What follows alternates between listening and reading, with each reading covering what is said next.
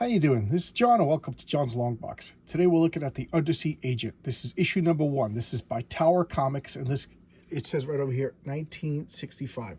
Although the copyright is 1965, we'll look at the indicia for the exact year. And this, my friend, is Dr. Fang. I'm just going to hold it, and I'm not going to comment for a second. You could draw your own commentary there. And here's the sidekicks. We'll talk about them when they show up, okay? But this is, a tangent from the Thunder Agent, so I guess I am continuing my Thunder Agents marathon. So here we have a nice, well-drawn aircraft carrier on the splash page, and let's look at the indicia. Undersea Agent number 1, January 1966, published quarterly by Tower Comics. Okay, so quarterly means every 3 months, so 4 issues a year. And only 6 issues of this comic was published. So Lieutenant Davy Jones was ordered to fly in and blow up this aircraft carrier, and he's having second thoughts. Why? Because he's a good soldier. He's like, why am I blowing up an American aircraft carrier? Why? It's called the Gettysburg. Why? Because there was a gas attack. All the crew are dead, and it's drifting into enemy hands. So, I don't know why they can't just land troops on it and steer it out, but what do I know? And he's like, good job. Now I want you to go and go over here. You're going to meet up with Undersea, the United Nations Department of Experiment. I can't even say this. I just like that face. I don't know. This is a well-drawn panel. The Undersea, the United Nations Department of Experiment and Research Systems established at Atlantis. Good luck. That is just a stretch. So here he is. He's getting out of the sub, and he's like, where am I supposed to go? And he's apprehended, overpowered, and brought to, I like the fish, brought to this amazing undersea, basically military base. I was going to say city, but military base is more of a good term. So, good tram system. And he meets this Santa Claus looking guy who's Professor Weston. Professor Weston, I'm going fast because this is a double-sized comic. I don't want to spend a half hour. But Professor Weston was presumed dead, scientific genius who was researching Atlantis for the military. And, pretty much if you get conscripted by Undersea, you just pretty much live there. It becomes your life. And he's just like, oh, God, he doesn't really like it. And he's just walking through all the systems and byways. He's actually very impressed, but he's kind of resentful that they recruited him. And he's talking about Dr. Fang. Dr. Fang found Lemuria. He goes, we found Atlantis, but Atlantis was empty. And we built on the existing Atlantis. And, we're finding stuff from this lost civilization, but we haven't found any survivors or anything like that. But Dr. Fang has been doing the same thing, but in the Pacific. Here's Dr. Fang. I'm going to refrain from commenting. Dr. Fang found Lemuria, which was populated. So there's mer people that live there, and he's just like, so he's got one up on us. He actually enslaved all the peaceful people of Lemuria, but they can withstand in the sea. So luckily, he doesn't know where Atlantis is, but we kind of know where Lemuria is, so whatever. He goes, these are my inventions. These rings, these pressure rings that line his suit. So he showed him these pressure rings will keep the sea pressure off of him in this suit. I like this. The suit is a single molecule thick. It has unique ability to allow free oxygen in the water to pass through. So this suit is a filter. It's a molecule thin. I just like that concept. I mean, I know it's science fiction, but how far away are we from microfibers that could filter water? So these rings are magnetically, electrically charged or whatever to repel the ocean pressure. The suit filters the water, and then this helmet has electronics and scanners and stuff like that, so that he could continually to see, through sonar and everything underwater. So he is totally equipped to be underwater. And then he's given these concussion bombs, which of course Scuby Doolittle is a jerk. Didn't I do that? And detonates one of the bombs. But it's not as dangerous out of the water as it is under the water. So here he gives him everything, and he's now the Undersea Agent. Dun, dun, dun. And here's monster-sized monsters. And he has an underwater saucer. So he goes through the water in a saucer. And here he is sneaking up on Dr. Fang. And Dr. Fang is attacking this boat. And the hot chick, Renata Del Mar, she's jumping in the water. I love what she says. This guy's drowning. There's no time to get poles. I'll jump in. So even though this guy has a pole in his hand, there's no time to get it. And jumps in and pulls out the Undersea Agent. And I'm noticing a trend here. In all of these Thunder Agent and Tower, in the very first debut story of like every character, they're defeated and rescued. You know, it's kind of funny. I guess they just want to establish that they're not Mary Sue's, they're not perfect or whatever, but it is kind of like a funny thing that I noticed. So he's rescued by Renata Del Mar. She's saying Dr. Fang killed her father, so he basically conscripts her and her crewman into undersea, and then they blow up her ship on the way, and they're going fighting. They get attacked by Dr. Fang and his Lemurians. She's no mere bikini girl. She can handle her own, you know, getting fighting back and everything. He jumps in the water, and again, I'm going fast.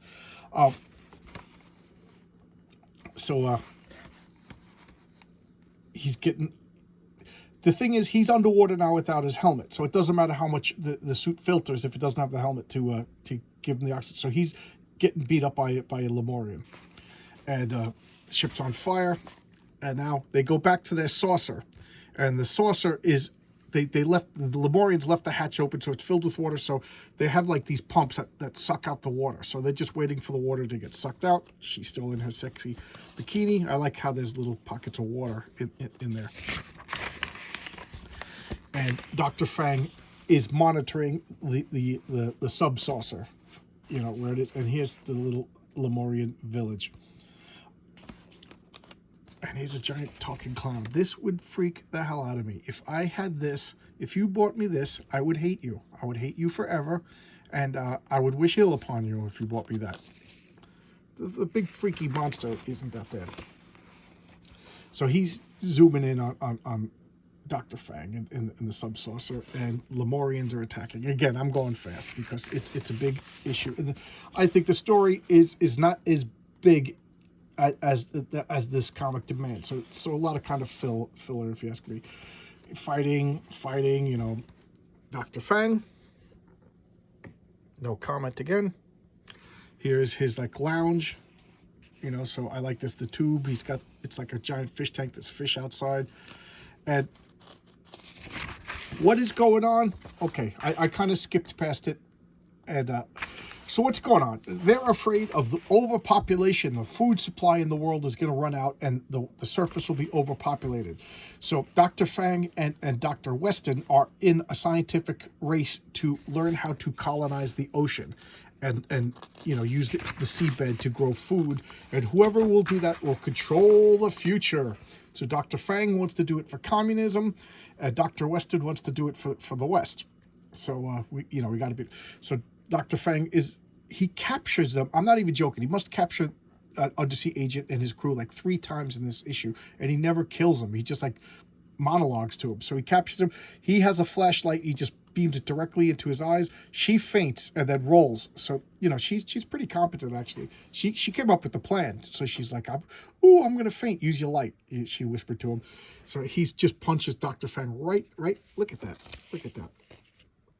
And I forget Renata's his first mate, and then Scuby Doolittle. They're all fighting. And they jump in the water to escape, and he doesn't have his helmet. So they're just sitting here figuring out what to do. So he's like, you know what? I could survive in the pressure because of the suit, but I just have to take a chance. So he takes a string. Where the string came from, I'll never know. And he ties it to him. He says, if I go limp, pull me out. So he's just underwater. He's fighting, throws concussion bombs. He makes it to the saucer. He finds a helmet, and then comes all the way back and rescues everybody. He brings all the helmets and their gear, and they're free. Boys, men, my secret new Dynaflex method. Okay, maybe Dr. Fang will take that class because he's kind of a pushover physically. All right, so now they're getting back to Dr. Fang's headquarters and blah, blah, blah, blah, blah. He makes squid ink so they can't see where they're going. So they're using their bombs to make shock waves to disperse the ink. Pretty clever, I guess. And, you know, this missile comes at them, and they're just like, oh, my God. They start shooting the missile, and the missile's they don't even explode. They just make these little noises and like, what's going on? And Renata goes, oh, they're bait bombs.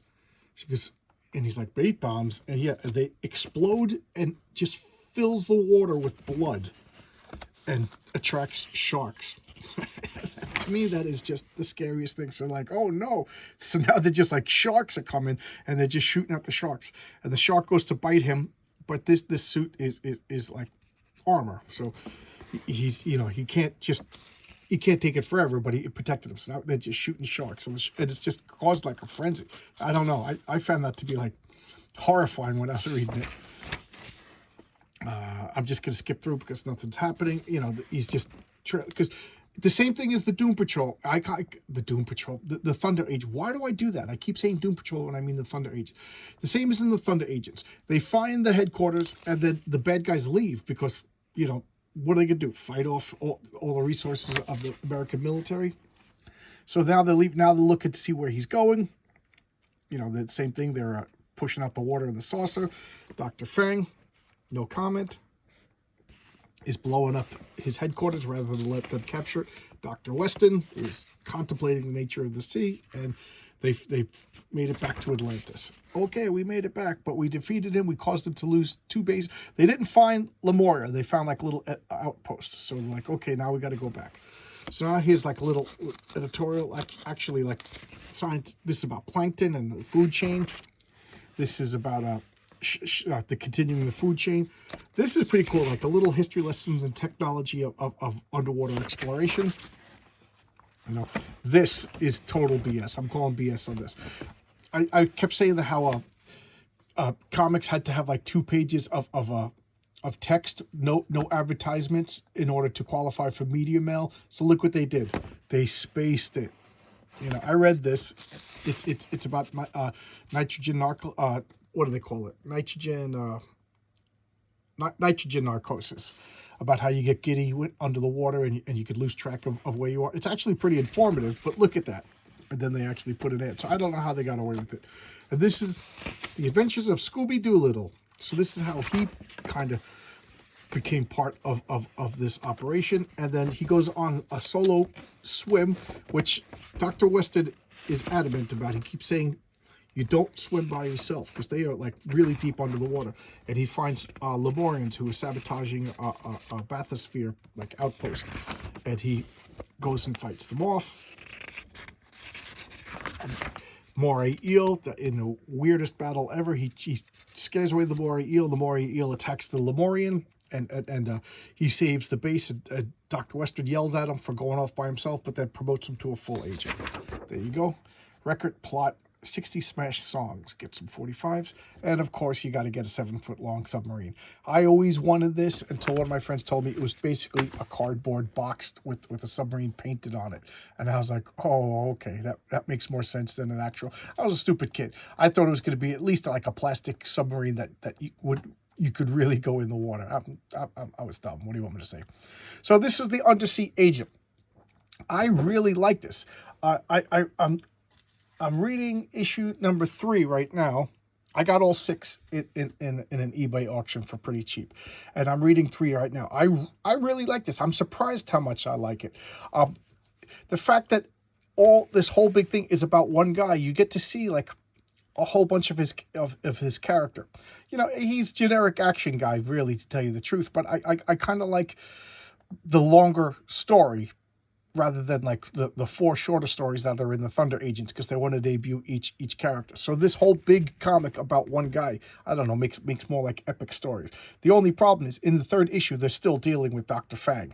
And it seems that in the Thunder Agents, except for a couple of minor stories, they're dealing with the Warlord. There's another Warlord. Then there's the Overlord. Then there's another. It's just basically one villain over and over and over again. Kind of like a Inspector Gadget. He was always, what was that guy's name? There was always one bad guy, you know, or Cobra, you know, in G.I. Joe cartoons, they were always fighting one group of bad guys, and that's what they're doing. So there you go. That's the Undersea Agent. I liked it. If you could get a reasonable price, I think this is some quality comics, right? So I'm going to close this out. I'll see you guys tomorrow with another video. Thank you for all the concern.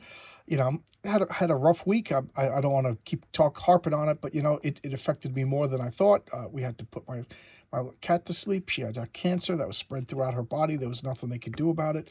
She was the sweetest little girl, and she's going to be missed. And you guys have been really sweet to me, and my wife appreciates it too. And you know, I know I'm a grown man getting upset about a cat, but she was a darling. So thank you guys. And I'll continue tomorrow with another video. I'm thinking, I don't know, maybe go do some Justice Machine. Yeah, I'll do, now that I said it, I'll do the Justice Machine tomorrow. Okay, see you tomorrow with another video. Bye-bye.